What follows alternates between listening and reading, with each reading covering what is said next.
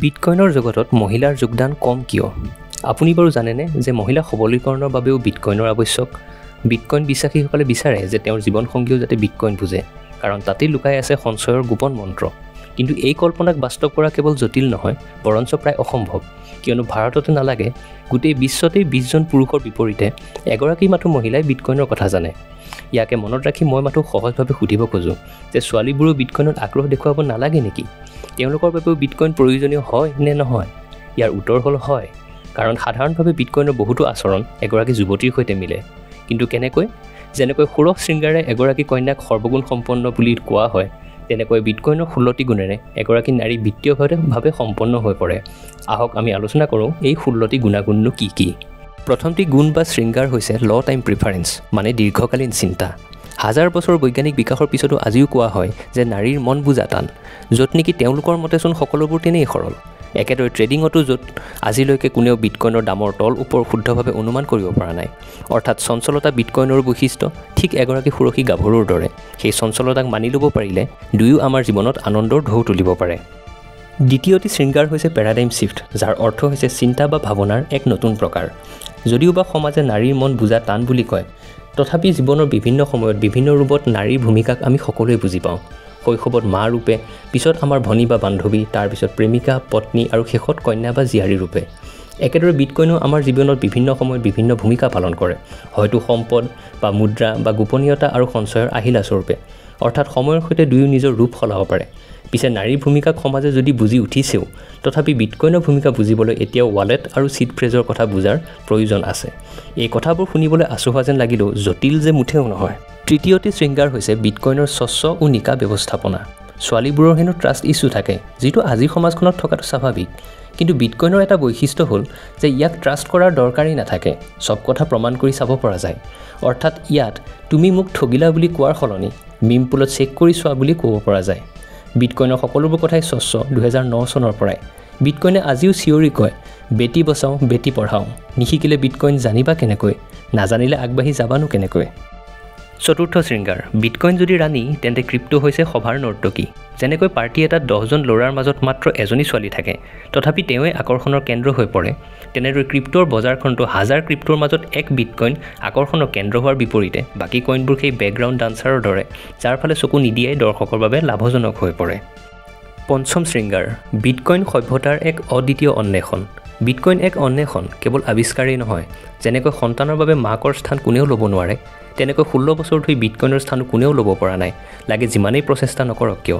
বিটকইনৰ সময়কক্ষত কোনো হ'ব নোৱাৰে। মা আৰু বিটকইন দুয়ো অনন্য, এক যদি স্নেহ আৰু জীৱনৰ বাবে, আনটি অৰ্থ আৰু মূল্যৰ বাবে। ষষ্ঠ শৃংগাৰটি হ'ল চিট ফ্ৰেজ, যাৰ বিটকইন তাৰ। বিটকইন আপোনাৰ ধন, য'ত কাৰো মিছা প্ৰতিজ্ঞাৰ আচুৰ নাই। বিটকইন যেন ঠিক সেই হেণ্ডবেগটিৰ দৰে, যাক কেৱল তাৰ গৰাকীয়েহে খুলিব পাৰে আৰু জানিব পাৰে যে ভিতৰত কি কি আছে। আনে কেৱল অনুমানহে কৰে যে ভিতৰত পইচা আছে নে দুদিন পুৰণি খাই এৰা বিস্কুটৰ পেকেট। সপ্তমটি শৃংগাৰ হ'ল যে বিটকইন এটি স্বতন্ত্ৰ সংগ্ৰাম আৰু বিটকইনাৰসকল ইয়াৰ সেনানী। বিটকইন আৰু চিটকইন এনে দুটি শব্দ যাৰ পাৰ্থক্য আমি বুজি পোৱা উচিত। যেনেকৈ এজন ভাল প্ৰেমিকে নিজ প্ৰেমিকাক নিৰাপদে ৰাখিব জানে, তেনেকৈ বিটকইনে আমাক মুদ্ৰাস্ফীতি, চেঞ্চৰশ্বিপ আৰু দুৰ্নীতিৰ পৰা বচাই ৰাখিব জানে। আৰু চিটকইন হৈছে যি কেৱল মিছা প্ৰতিশ্ৰুতিহে দিয়ে। অষ্টমটি শৃংগাৰ হ'ল যে বিটকইন এক ঊৰ্ধ্বমুখী প্ৰযুক্তি, যি আপোনাক সদায় লাভৰ দিশে টানে। ইয়াক যি ভালদৰে বুজি উঠিল, তেওঁৰ সৈতে জীৱন কটোৱা কিমান সহজ হ'ব কেতিয়াবা ভাবি চাইছেনে? অৱশ্যে সংসাৰ পাতকেই বা নাপাতকেই কিয়, এটা কথা আমি সকলোৱে জানো যে বিটকইনৰ দৰে সবল মুদ্ৰাৰ অবিহনে আমাৰ জীৱন সদায় আধৰুৱা হৈ ৰ'ব। নৱম শৃংগাৰ, বিটকইনৰ সৰ্বজন বিদিত নাম। সকলোৱে আজি ইয়াক চিনি পায়।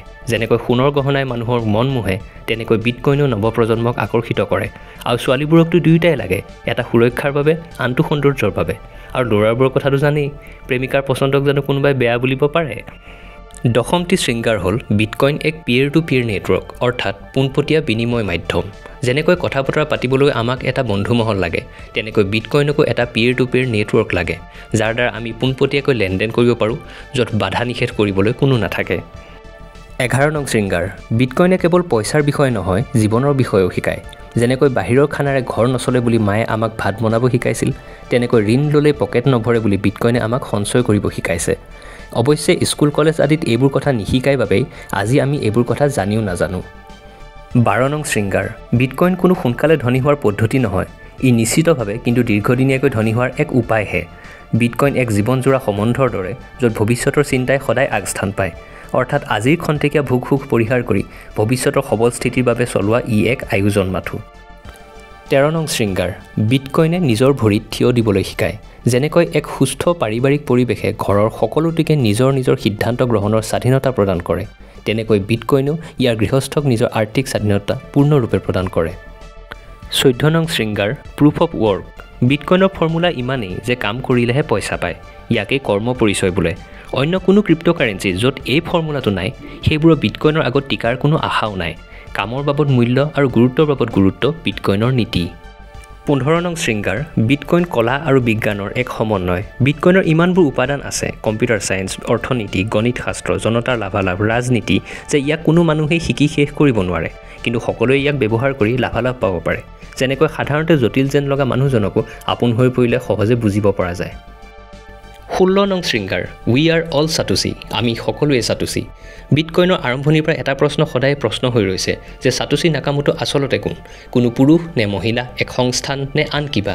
সঁচা ক'ব গ'লে ইয়াৰ উত্তৰ এতিয়ালৈকে কাৰো হাতত নাই, আৰু বিটকইনৰ বাবে ইয়াৰ উত্তৰ জনাৰ দৰকাৰো নাই। বিটকইন এক এনেকুৱা নেটৱৰ্ক প্ৰণালী যাৰ কোনো মালিক নাই। ইয়াক ব্যৱহাৰ কৰিবলৈ আপোনাৰ ঠিকনাটো বাদেই আনকি নামটোও সোধা নহয়। বিটকইনৰ সকলোৱে কাম কৰিব পাৰে, বিটকইনৰ সকলোৱে ল'ব পাৰে আৰু তাক সকলোকে দিবও পাৰে বিনা বাধাৰে। মাথো এক ইণ্টাৰনেট সংযুক্ত ডিভাইচ লাগিব আৰু ই চলাই যাব ইণ্টাৰনেটৰ যাদু, ঠিক এক বিশ্বস্ত জীৱনসংগীৰ দৰে, যি কাৰো কথাত ভুল গৈ কেতিয়াও আপোনাক হকা বাধা নিদিয়ে। সময়ৰ লগত বিটকইনে আমাক আগুৱাই লৈ যাব, মাথো আমি ইয়াক অধ্যয়ন কৰাৰ প্ৰয়োজন।